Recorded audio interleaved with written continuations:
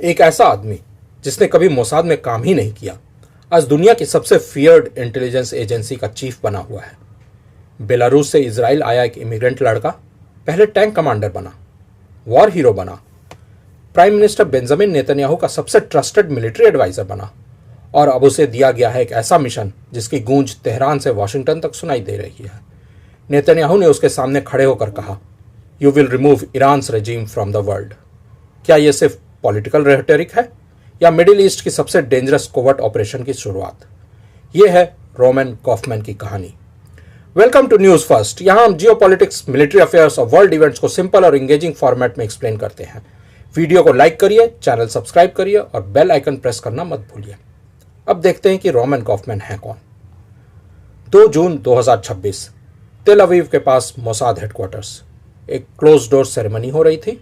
No cameras, no cheering crowds, no election rally, बस intelligence officers, secret files और power का silent transfer.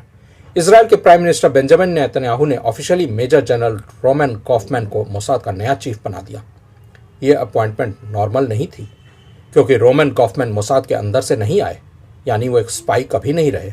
वो एक करियर मिलिट्री ऑफिसर थे, यानी इंटेलिजेंस नेटवर्क में एक आउटसाइडर। इजरायली सेना में टैंक कमांडर रहे, बैटलफील्ड लीडर रहे, वॉर प्लानर रहे, लेकिन स्पाई कभी नहीं। और इसी वजह से उनकी अपॉइंटमेंट ने इजराइल के सिक्योरिटी एस्टैब्लिशमेंट में डिबेट छेड़ दी। रोमन कॉफमैन का जन्म 1976 में बेलारूस में हुआ, जो कि उस समय सोवियत यूनियन का हिस्सा था। 1990 में सोवियत यूनियन टूटने के दौरान उनका परिवार इजराइल माइग्रेट कर गया। उस समय लाखों सोवियत इमिग्रेंट्स इजराइल आ रहे थे। नई लैंग्वेज, नई कल्चर, नई सोसाइटी में आ रहे थे, और कई लोगों के लिए डिस्क्रिमिनेशन भी काफ़ी हुआ।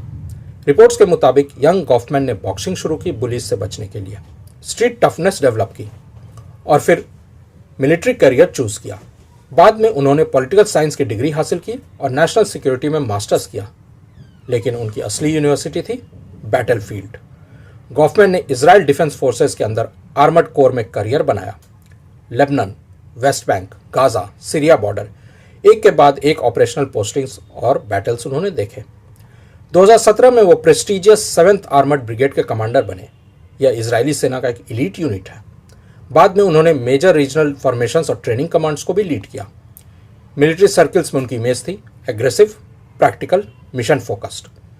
और फिर आया अक्टूबर 7, 2023।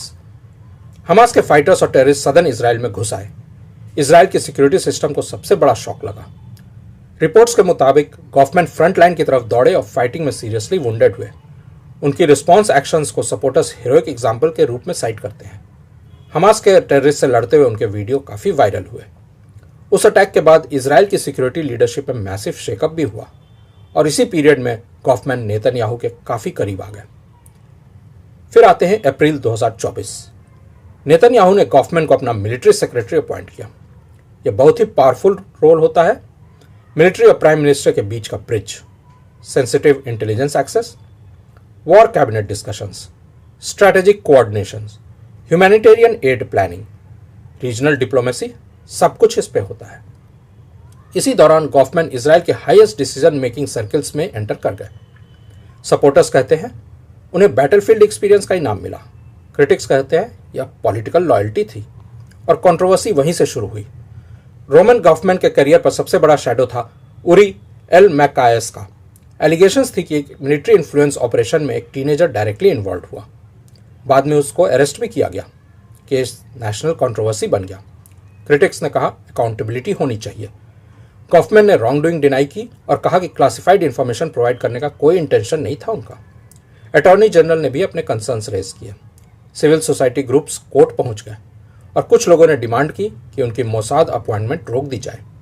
लेकिन जून 2026 में इजराइल की हाई कोर्ट ने सारी पिटीशंस रिजेक्ट कर दी, और कॉफमैन का रास्ता क्लियर हो गया।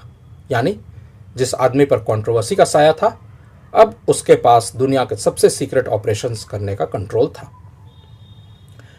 मोसाद ट्रेडिशनली इंटेलिजेंस प्रोफेशनल्स के कंट्रोल में रहता है। Field officers, case officers, spy handlers, covert operations. लेकिन कॉफमैन आउटसाइडर हैं। Farmer Mossad chief David Barnea, जिनको मोसाद में रिप्लेस किया है कॉफमैन ने रिपोर्टेडली प्रीफर किया था एक इंटरनल सक्सेसर को। एजेंसी के अंदर भी कंसर्न्स की रिपोर्ट आई। क्रिटिक्स का सवाल था, क्या मिलिट्री माइंडसेट इंटेलिजेंस एजेंसी को लीड कर सकता है? सपोर्टर्स का जवाब था, अक्टूबर 7 के बाद ओल्ड सिस्टम फेल हो गया था। यह डिबेट अभी भी चल रही है इजराइल में। और फिर आया वो मोमेंट, कॉफमैन की इनॉग्रेशन सेरेमनी। नेतन्याहू ने ईरान के बारे में एक्स्ट्राऑर्डिनरी लैंग्वेज यूज़ की। उन्होंने कहा कि ईरान की रेजिम को दोबारा इजराइल को थ्रेटन नहीं करना देना चाहिए, यानी ऐसी स्थिति बना देनी है कि ईरानियन रेजिम एग्जिस्ट ही ना करे। और गॉफमैन को एड्रेस करते हुए उन्होंने कहा, you will remove Iran's regime from the world. यह स्टेटमेंट हेडलाइंस बन गया दुनिया भर में। क्या इसका मतलब मिलिट्री इन्वेजन करेगा इजराइल ईरान में? नहीं, यह नहीं हो सकता। क्या इसका मतलब ऑफिशियल रेजिम चेंज ऑपरेशन होगा? इजराइल ने ऐसी कोई पब्लिक ऑपरेशनल प्लान अनाउंस की नहीं है अभी तक। लेकिन एनालिस्ट इस स्टेटमेंट को ईरान के against pressure campaign, covert operation और एक्शन, इंटेलिजेंस ऑपरेशंस और स्ट्रैटेजिक डिस्ट्रप्शन के कॉन्टेक्स्ट में देख रहे हैं। पब्लिकली अवेलेबल इंफॉर्मेशन के बेसिस पर कोई कंफर्म मोसाद प्लान एग्जिस्ट नहीं करता इस तरह का, लेकिन historically intelligence agencies regime pressure के लिए कुछ मेथड्स यूज करती रही हैं, जिसमें इंफॉर्मेशन ऑपरेशंस होते हैं, साइबर कैंपेन्स होते हैं, काउंटर प्रोलिफरेशन एफर्ट्स भी होते हैं, intelligence penetration, support for opposition networks, economic disruption, यह सब कोविड डोमेन में आता है। मोसाद का पास्ट रिकॉर्ड ईरान के न्यूक्लियर प्रोग्राम के अगेंस्ट कोवर्ट ऑपरेशन से जुड़ा रहा है। इसीलिए गॉफमैन के अपॉइंटमेंट और नेतन्याहू के कमेंट को ऑब्जर्वर्स क्लोजली वॉच कर रहे हैं। अगर इजराइल ईरान के खिलाफ एग्रेसिव कोवर्ट स्ट्रैटेजी परस्यू करता है तो अपोजिशन कई जगह से आ सकती है। सबसे पहले तो ईरान की तरफ से, ईरान की leadership, Iran backed militia groups, international critics, कुछ यूरोपियन गवर्नमेंट्स भी अगेंस्ट हो सकते हैं।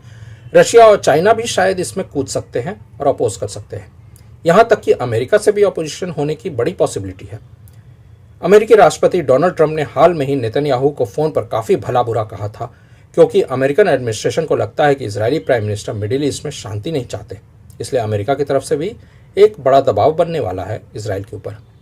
और अन्य रीजनल एक्टर्स और कंट्रीज जो एस्केलेशन से बचना चाहते हैं वो भी अपोज कर सकती हैं। यहाँ तक कि इजराइल के अंदर भी कुछ फॉर्मर इंटेलिजेंस ऑफिशियल्स जो इंस्टीट्यूशनल इंडिपेंडेंस को इम्पॉर्टेंट मानते हैं वो भी अपोज कर सकते हैं।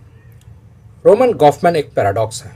इमिग्रेंट रहे हैं, वॉर हीरो भी हैं, कंट्रोवर्शियल फिगर भी, मिलिट्री कमांडर रहे हैं और अब स्पाई चीफ बन गए हैं। उनकी अपॉइंटमेंट सिर्फ एक पर्सनल चेंज नहीं है, ये इजराइल की सिक्योरिटी फिलॉसफी में एक शिफ्ट को सिग्नल करती है। क्वेश्चन ये नहीं है कि रोमन गॉफमैन कौन है, क्वेश्चन ये है कि अगले 5 साल में वो मोसाद को कहाँ ले जाएंगे, क्योंकि मोसाद की कमान उनके हाथ में 2 जून 2031 तक रहेगी और उसका असर तेहरान, जेरूसलम, वाशिंगटन और भी कई जगह पड़ सकता है और पूरे मिडिल ईस्ट पर तो ज़रूर पड़ेगा। शैडो वॉर्स में हेडलाइंस देर से आती हैं, लेकिन कॉन्सिक्वेंसेस बहुत जल्दी।